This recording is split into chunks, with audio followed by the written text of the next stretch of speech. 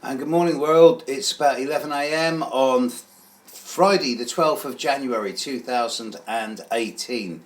Here's something a bit different. A few days ago, I had a really interesting email from an existing client who had a really unusual question. I'm going to quote you the first couple of lines of the email, and then I'm going to talk about the responses. The email said, "Do you believe that a person with multiple personalities, in brackets, dissociative identity disorder is what it's called now, could have several zodiac signs within them?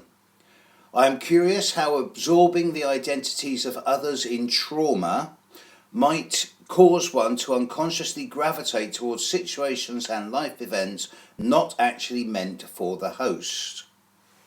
And I thought to myself, what a really interesting question. So I thought about that for about, 10 minutes, 15 minutes. And then I replied that on the one hand, a person's body is definitely born at a place and time that gives a definitive horoscope. Whilst on the other hand, I'm also very well aware of how individuals can be consumed or absorbed in an almost vampiric way. So I sent that email off and I got a nice thank you back. But then I found myself thinking about this. When an individual is born, when a baby is born, it is born at a certain place and time. The horoscope for that moment of time represents the child's birth chart, and they grow into it as they become an adult, and that is their horoscope. But then I've seen enough cases in my time of people being absorbed and consumed by others, of being possessed by others, and I've seen enough people with various types of disorders which can be associated with multiple personalities, and it really got me thinking. So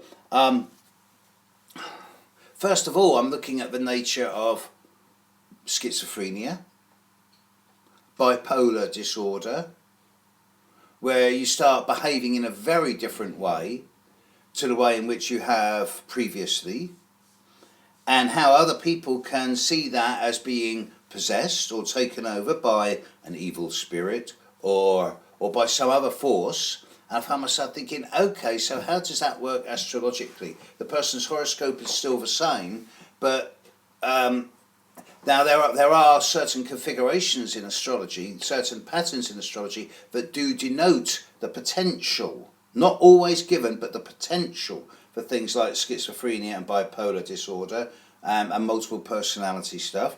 But what can be that in one person can be something completely different in another with exactly the same aspect, because at the end of the day, the planets impel, they don't compel. There's also the nature of OCD relationships, where people become consumed. They become, other people will fixate on their partners, gaslighting, obsessive compulsive patterning, where they almost indoctrinate their partner to become what they want them to be rather than letting the partner be who they are. And sure, sometimes then the partner can become consumed or absorbed by the other person and adopt their traits and personalities so that they feel wanted or valued. But that is more obsessive compulsive rather than traumatic. It is something which doesn't last long, and the people normally break out of it, or break through or break down.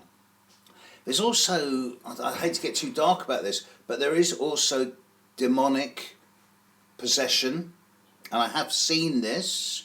I have personal experience of dealing with someone who was possessed by a spirit of a person who was once alive.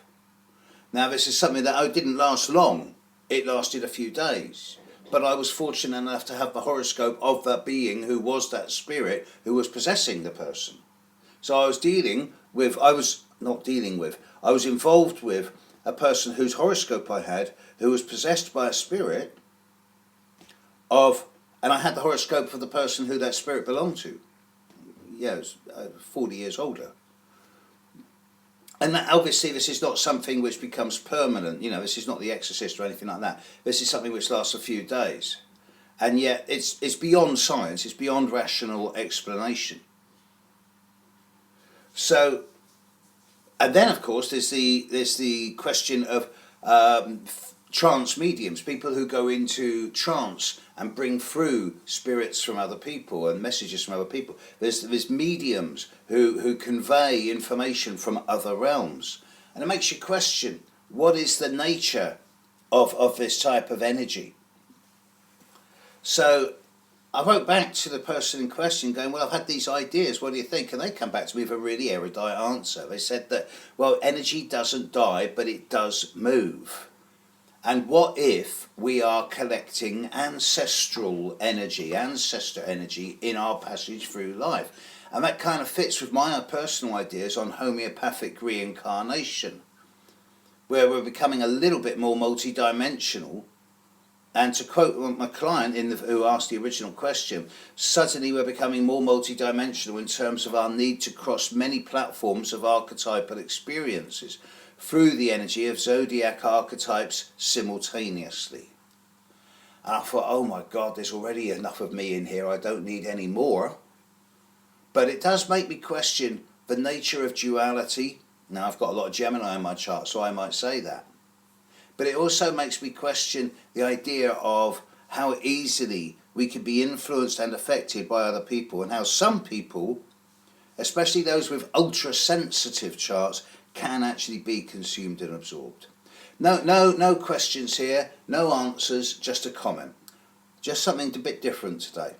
Have a great day, folks. Moon's in Sagittarius all day. It's going to be a great day. Catch you later, world. Bye.